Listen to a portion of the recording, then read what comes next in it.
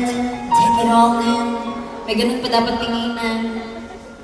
Sa isa't isa, connect with each other. Huy! Pero tuloy-tuloy din ang kinakanta yung mga chorus. Which I also love. Pero, akala ko kasi connected na kaming lahat. Tuloy-tuloy. Pag tumigil ako, titigil din sila. Pero alam niyo guys, for the very first time, kahit kayo, I think, yung pinakamadami naming audience sa buong, di pala, second to the largest audience. Kasi yung Araneta, kasama dun sa 24. Pero, kahit isa kayo sa pinakamadami at pinakamalaking crowd, kayo lang yung tumigil nung tumigil ako. Sumabay yung kumakanta na ako. Hanggang sa pinakadulo. So maraming salamat po. Ibig sabihin, ganun tayo kapag. Ganun tayo. Ano po? Close na tayo. Ganun ba yun? Sabi naman daw, close na. Ganun ba yung close? Po? Sa inyo, ganun. Taga-saan ka po?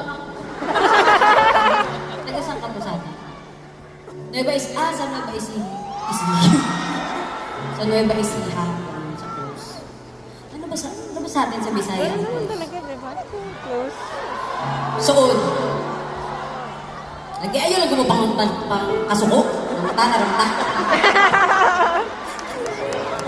Yung mga ano dito, yung mga hindi nakakaintindi ng Tagalog, naguguluhan na sila sa akin. Kasi nag-switch kami to English, Tagalog, tapos biglang may Bisaya. Naguguluhan na sila sa akin. We're so sorry guys for the non-Filipino speaking and Bisaya speaking people in the audience tonight. Sir! Alam na kita! Kita? Kilala.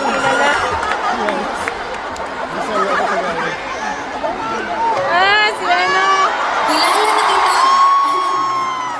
Si ano, Emaratino. Kasi nung unang concert ko din dito, gulat ako. Kinuha niya yung microphone, tapos kumanta siya ng mahal ko ang mahal ako.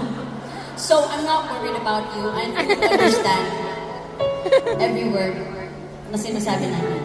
But I'm just worried for the people in the middle. Taga-Pangasinan yun siya. I'm so sorry. Yan yung ano. But I hope you still enjoy the show, enjoy the music, because music transcends language.